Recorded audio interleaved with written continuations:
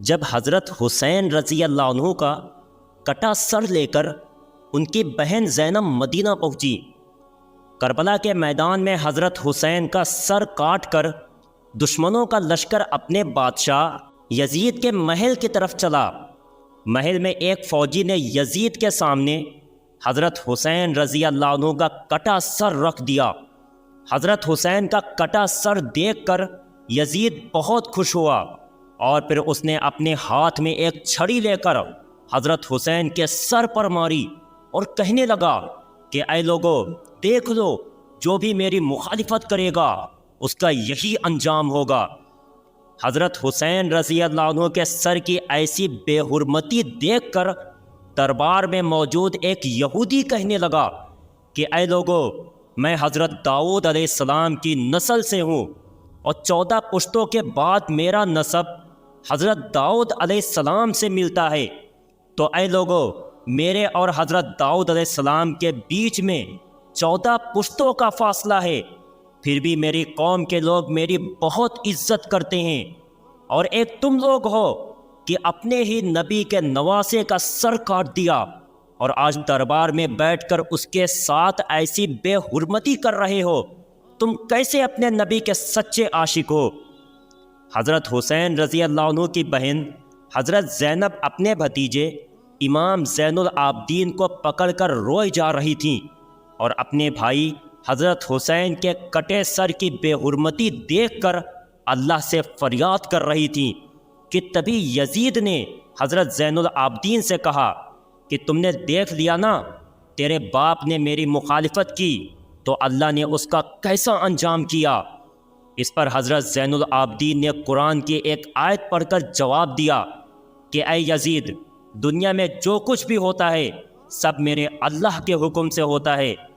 تو یزید نے جواب دیا کہ یہ سب کچھ تم لوگوں کی ہی کرتوتوں کی وجہ سے ہوا ہے۔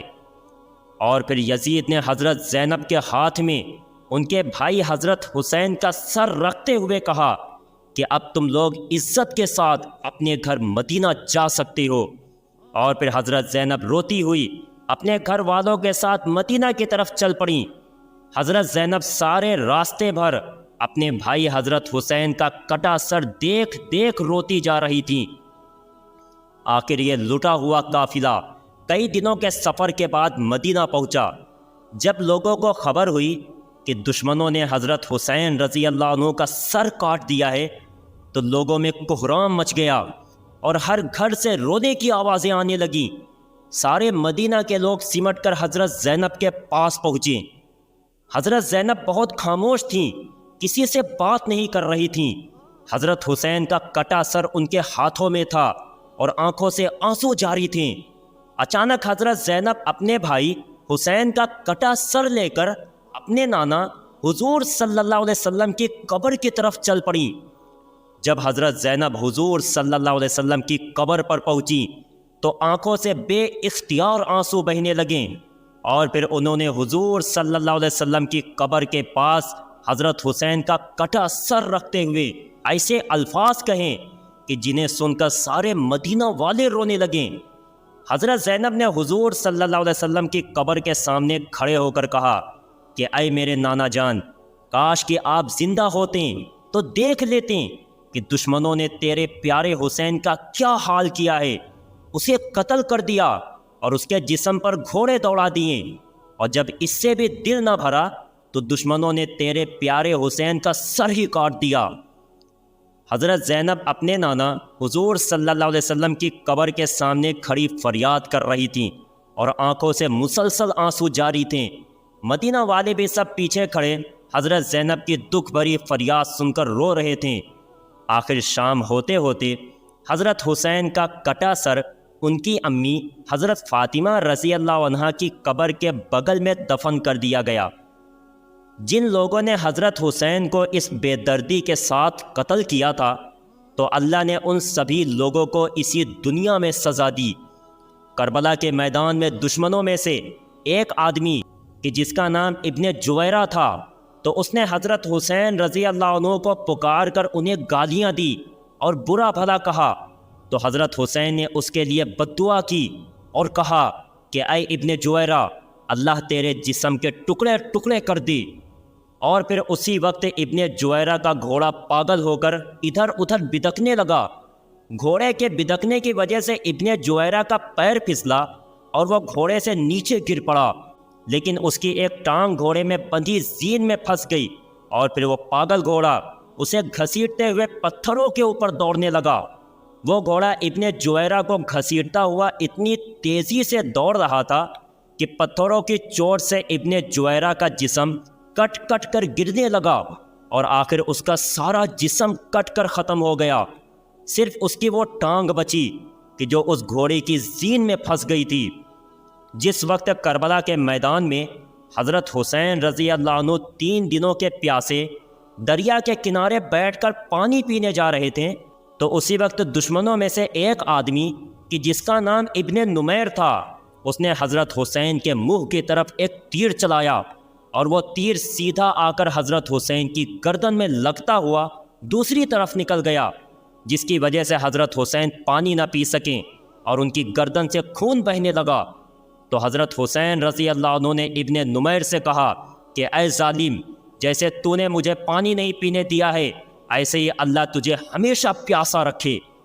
حضرت حسین کی اس بد دعا کا اس دشمن پر ایسا اثر ہوا کہ وہ چاہے جتنا پانی پی لیتا پھر بھی اس کی پیاس نہ بجھتی۔ آخر اسی دن شام کو اس نے اتنا زیادہ پانی پی لیا کہ اس کا پیٹ پھٹ گیا اور اس کی موت ہو گئی۔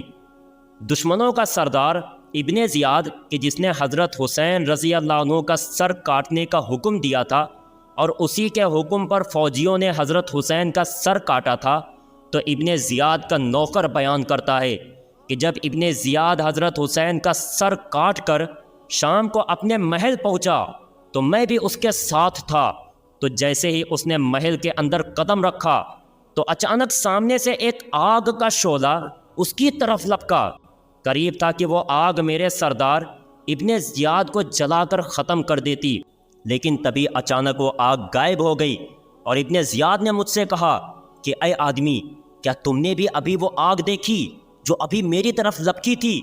تو میں نے کہا ہاں میرے سردار، مجھے بھی وہ آگ نظر آئی تھی۔ تو ابن زیاد نے مجھ سے کہا کہ یہ بات کسی کو بھی مت بتانا، اس کو راز ہی رکھنا۔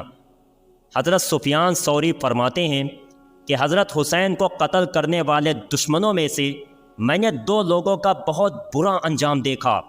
ایک تو ان میں ایسا آدمی تھا کہ اس کی شرمگاہ اپنے آپ بہت زیادہ بڑھتی جا رہی تھی، اور پھر بڑھتے بڑھتے وہ اتنی لمبی ہو گئی کہ اسے اپنی شرمگاہ کسی چیز سے باندھ کر رکھنی پڑتی، اور وہ شرم سے لوگوں کے بیچ نہ جاتا، اپنے گھر میں ہی بیٹھا رہتا۔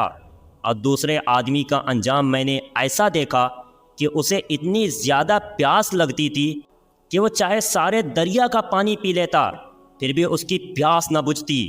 آخر ایک دن اس نے اتنا زیادہ پانی پی لیا کہ اس کا پیٹ ہی پھٹ گیا اور اس کی موت ہو گئی۔